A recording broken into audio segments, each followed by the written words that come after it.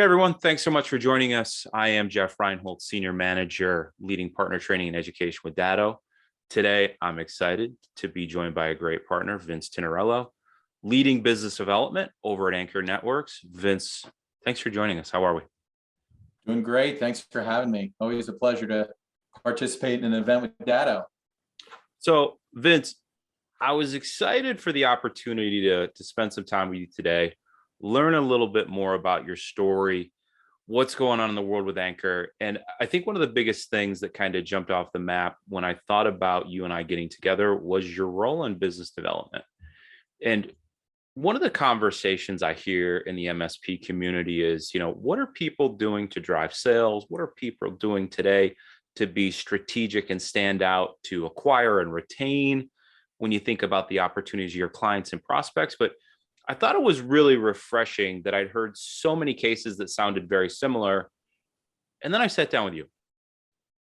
And I thought the way you approach business was extremely refreshing when you thought about business development.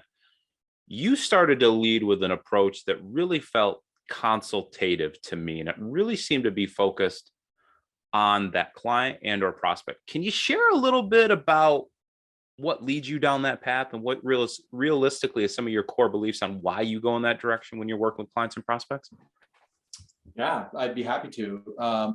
I think it starts really pre any business development. It's first figuring out the kind of client you want to work with. I mean, that could be vertical. For us, we don't have any verticals. We work with small business. And I always say we consider our client base like a mutual fund. At times, you're going to have some winners, some losers. When one industry is strong, another one could be down, right?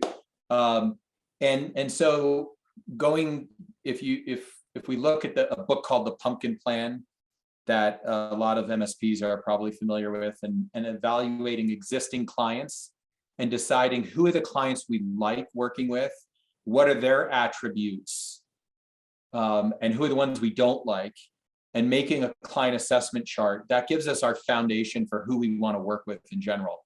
And I don't mean necessarily as specific as a prospect list. I mean, who are the kinds of people we want to do business with? Do we cringe when they call?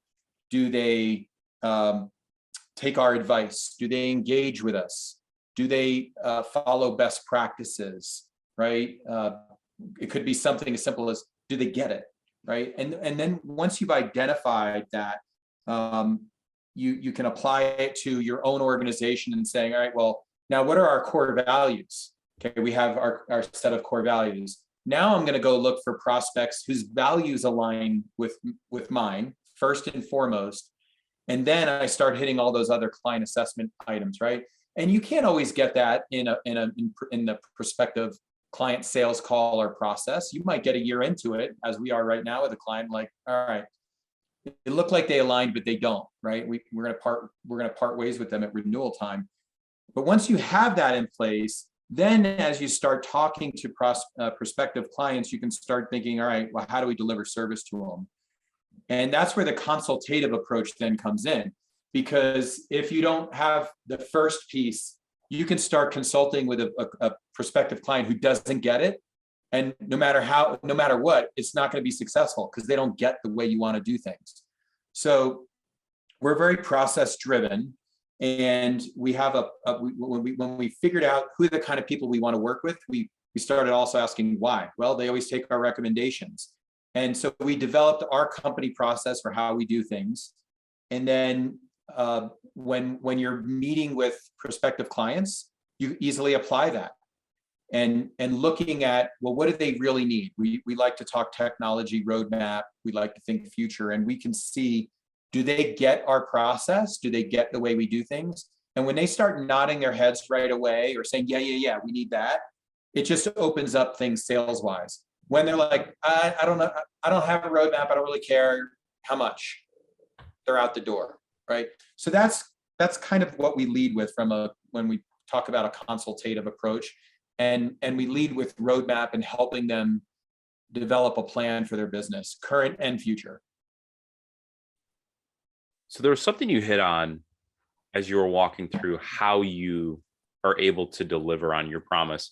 And you talked about starting with your core values. And then from there, it felt like then naturally there's this progression that leads into who is our ideal client, right? And I think for a lot of MSPs, if they haven't had the aha moment, they will, right? If they build a sustainable model where they go, we have alignment or we don't have alignment, where there's that moment where you kind of shift off from trying to be everything to everyone. And it's like, do I want to be in the break fix business, or do I want to be a strategic partner at the table Right. that's guiding Matt? So based off where you go, what do you think was that aha moment for you and your business that you said, wait a second, I don't want to be a break fix shop. I want to be a strategic partner for my clients. And oh, by the way, here's what's important to us, and let's find that alignment. How did you end up there? Well, that was early on. Okay.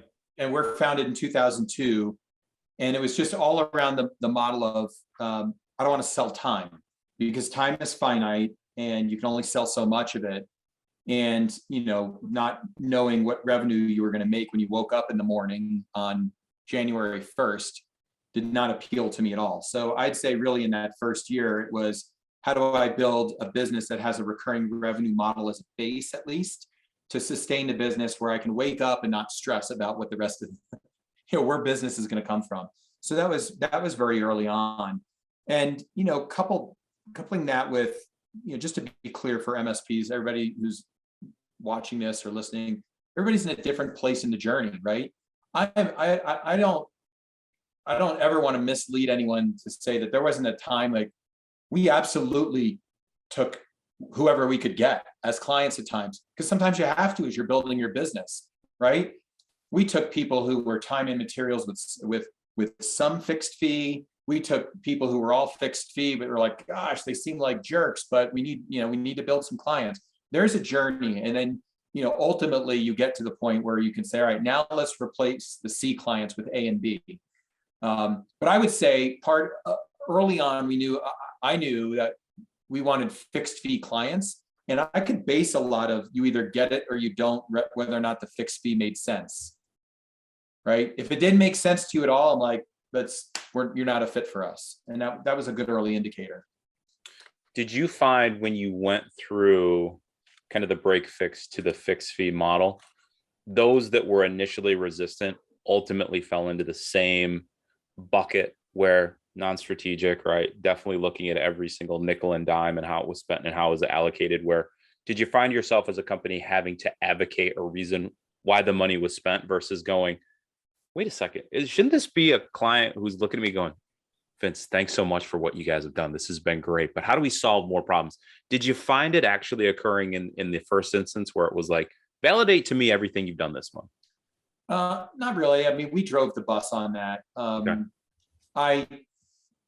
I think, and just for clarity, we haven't done break fix for years, at 10 years. I say that, but will we do a little bit now? Yeah, at a ridiculously high rate, and we do it to fill holes. Yeah. Right. If somebody calls us, like we had Vasa Fitness, I don't know if they have them on the East Coast, but they're opening some fitness centers in Colorado. They needed some break fix work done. Great, $300 an hour. And we had availability. But we wouldn't do that on a regular basis of just calling and someone saying, hey, we need some break fix work. So we haven't had any regular break fix clients for 10, maybe 15 years. But I would say I kind of knew, we knew right away. I was never into the justification model. And I always like to point back to a set of attorneys we worked with who, because they're attorneys and they're used to billing by the hour, they never wanted anything more than that. And they just couldn't see the value, and I knew it right away up front. And so I would steer away from them. And we were able to show them, like, hey, had we been monitoring your backups and your server here, your RAID array wouldn't have failed, and it's been notifying you for 30 days. And then today you would be scrambling to get court documents off for some hearings that you're supposed to be in court for. And that's why I keep going back to, you either get it or you don't. You'll know right away.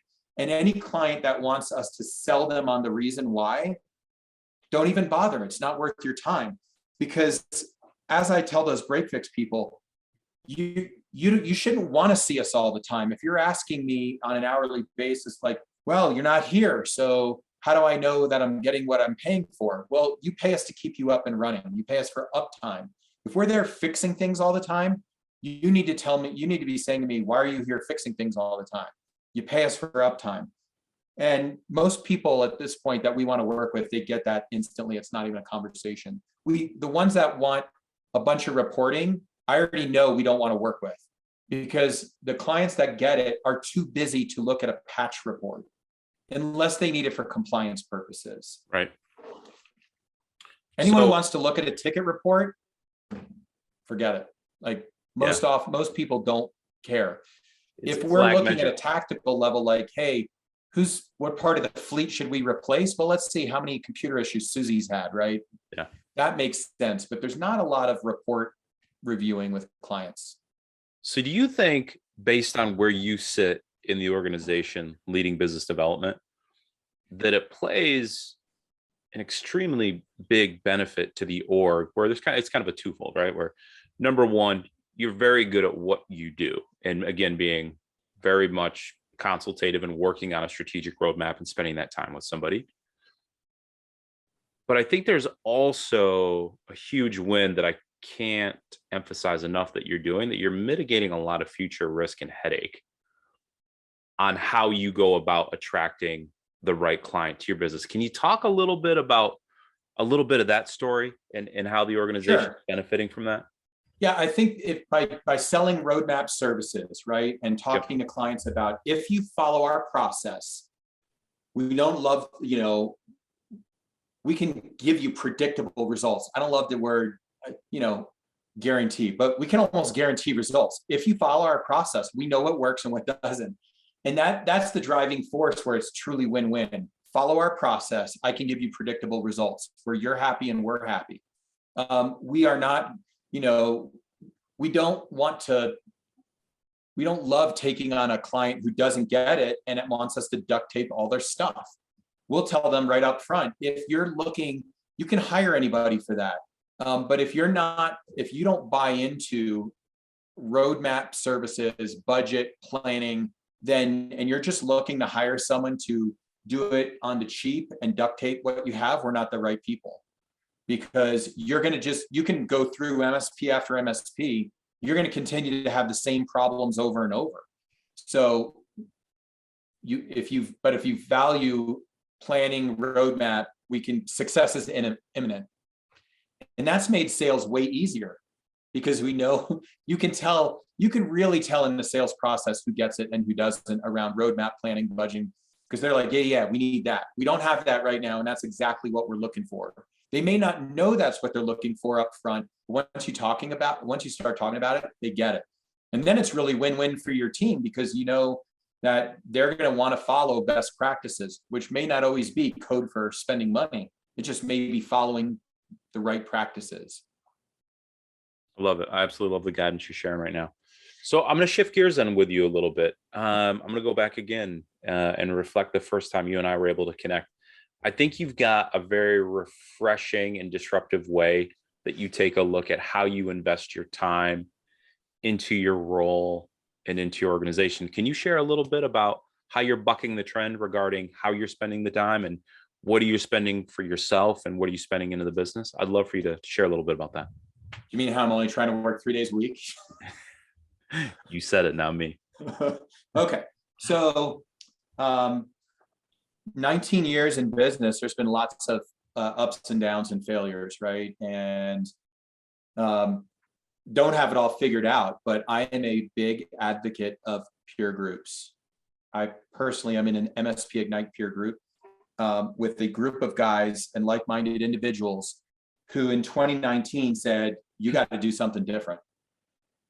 You're all over the place, and you're losing your mind personally with always having to be the guy, and all the pressure is on you. And in the end, you own a business or do you have a job, right? And so some very good Datto partners who are in this group, they're all Datto partners, said to me, you need to go read the book Traction, and you need to follow the EOS system, which is Entrepreneurial Operating System.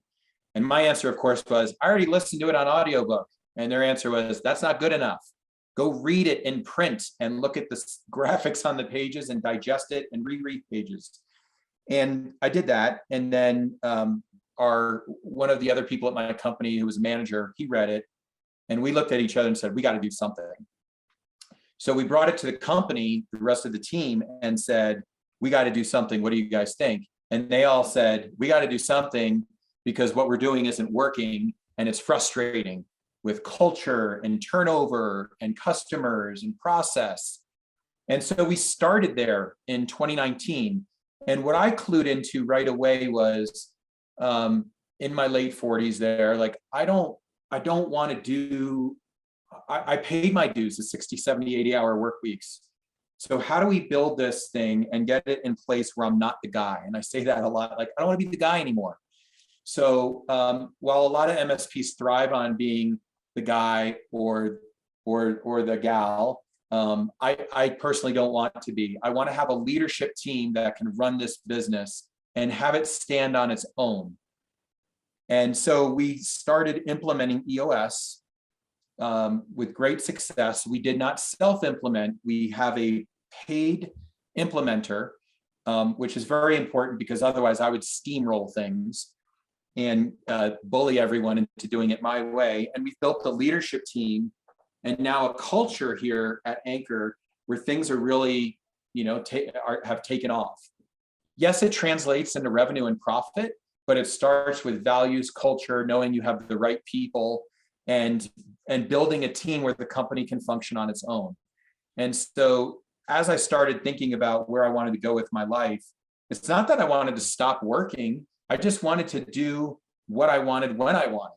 And that could simply be a buddy of mine, texts me on a Wednesday at 2 and says, hey, you want to go out for a mountain bike ride? And I can reply and say, yeah.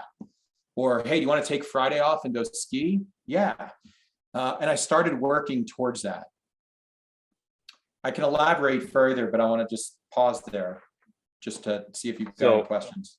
So yes, in a word, as you went through this evolution for yourself and rethinking what you've built, what the plan looked like, it wasn't being successful. It wasn't successful for yourself. It sounds like it wasn't successful for your team. Obviously, I'm sure there were probably some growing pains that you went through where it's like, I feel guilty that I'm not here on a Monday, or I feel guilty that I initially stepped away on a Friday. How long did it take for you to be able to go, you know what? No, I don't feel guilty anymore. I needed to do this. This was good for myself. It was good for my psyche.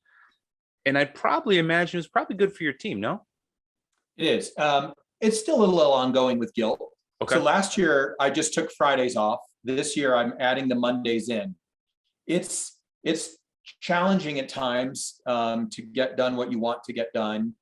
And I think having the right leadership team and letting them understand what your personal goals are. Yep. It's not that I'm asking to slack. I mean, if I'm not getting things done sales-wise, they should be holding me accountable and saying, I don't know, maybe you need to start working a little bit on Mondays and Fridays, right? For the most part, everyone's got their role on the leadership team. They want me to get out of the way. And I think understanding up front with the leadership team, like, okay, here are my personal goals. And you are all smart people who can run client success better than me and service delivery better than me and back office better than me. What do I like to do? What am I good at? And then get the right people in the right roles, and then get out of their way. And when you get the email that I inevitably still get from older clients of, I'm not happy with this, I want to talk to Vince. I don't get on those calls, right? If you do, you take away from your existing people that are empowered at that executive level. Like, no, our director of client success and director of service delivery, they've got this. They're smart people, and they can handle it. And you get out of their way and you see what they can do. So I mean, it's a journey for sure.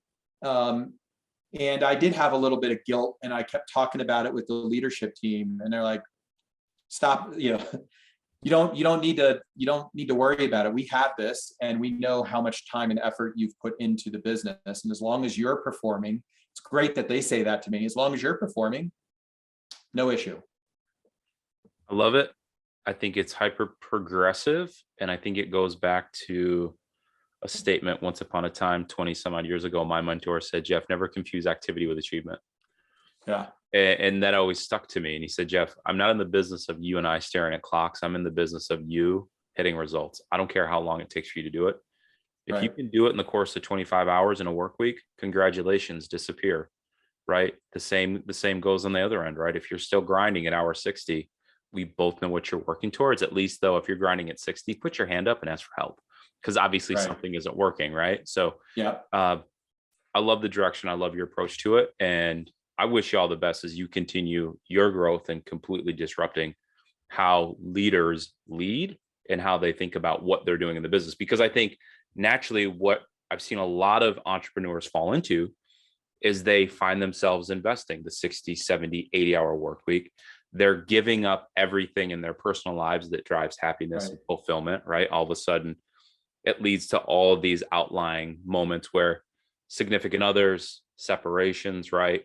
Kids are sitting there waiting for moms and dads to come to sporting events or things associated to it. Well, we're grinding. We need to be successful. I'm the leader. I need to take that call. I love your comfortability to step back and letting your leadership team lead and have a voice, right? Truly empowering them to do what you hired them to do. Well, and I mean, we're encouraging that as a group. So there's the 1 Minute Manager and the Monkey. That's Okay. another great book, easy read about getting out of your team's way, letting them solve problems.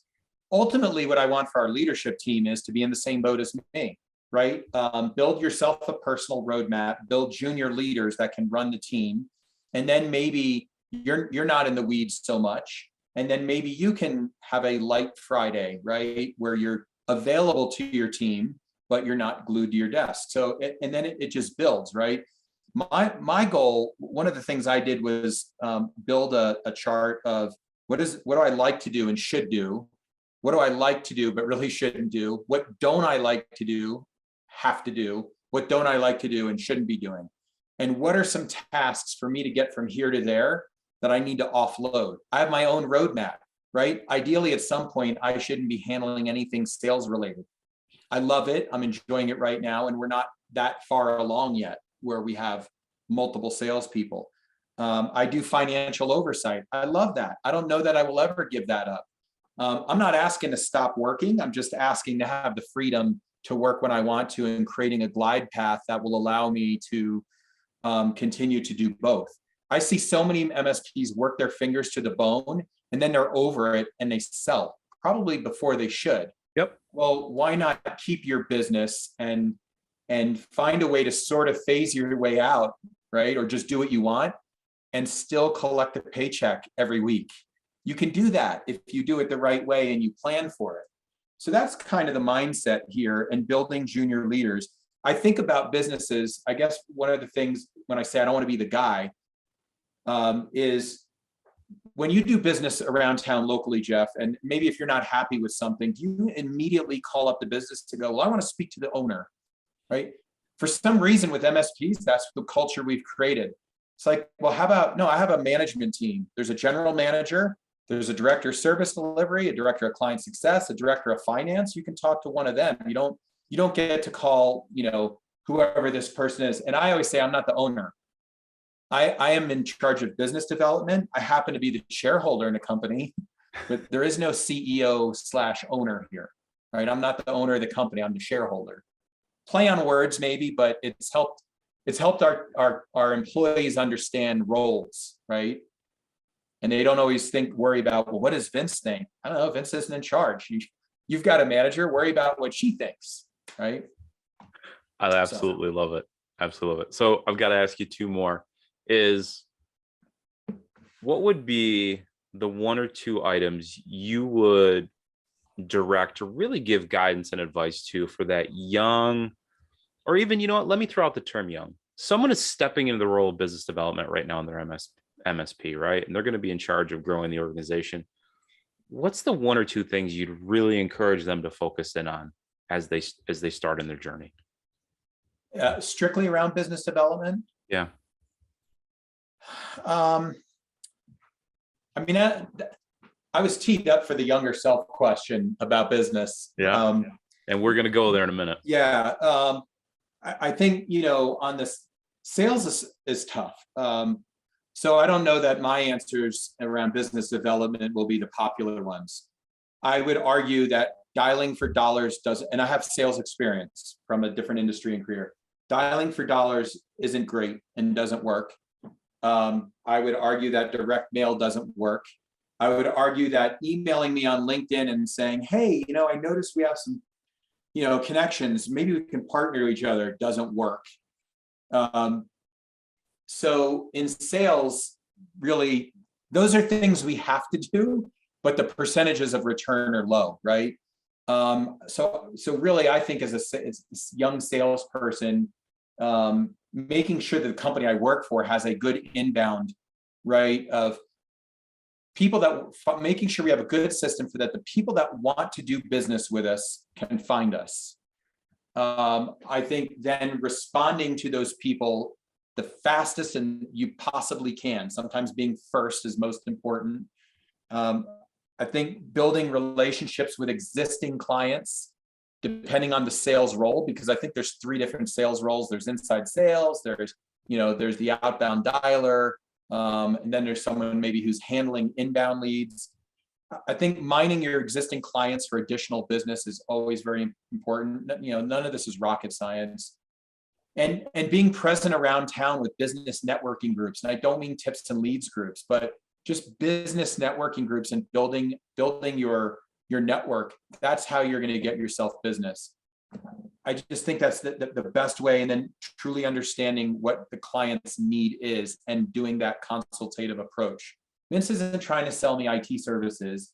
He's already consulting. That's the big thing. When you're listening to I always tell people in a sales meeting, I said, I'm walking a fine line here.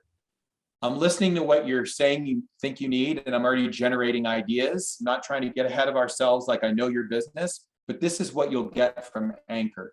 And it seems to build a sense of trust with people right away. So I think starting with that consultative approach, really building relationships and making sure that your company that you work for has a good inbound lead system, those are the keys to success. I love the approach, and I think it's great guidance. I completely advocate for everything that you just shared. So last but not least, to your exact point, going back to your younger self, what advice are you giving to your younger self 20 some odd years ago? Find out what you like to do and find a way to get paid at it is the key thing. And have reasonable expectations. I would have started EOS sooner. And understood the importance of core values and culture sooner. I think that early on, coming from a big company, I'm like, whatever, core values are crap. Well, they're not. And you can have aspirational ones or ones that you already live, and determine what you're already living, and make sure that you're finding like-minded people. So going back earlier in business, I just wish we would have focused more on the core value and the culture of stuff first, and started the EOS sooner. And again, find what you like to do and how to get paid at it. I wish I would have figured that out earlier in a business career. It's great advice. I love the direction, and I love the positivity. Jeff, nobody's going to pay me to ski, mountain bike, climb mountains. So I had to find something else, which was technology. It's the moment where we all go back and be like, all right, what do I really want to do when I grow up? Right? Like, Can I just go mountain biking? Can I just go climbing for the day? Right? Yeah. Like, it's that little voice of the 9-year-old that continues to have like the narrative in our brain, right? What do I really want to do when I grow up? Vince, this was an amazing episode of MSP Insights. Thanks so much for joining us. And everyone, we hope to have new episodes coming out soon. Vince, thank you. Thank you.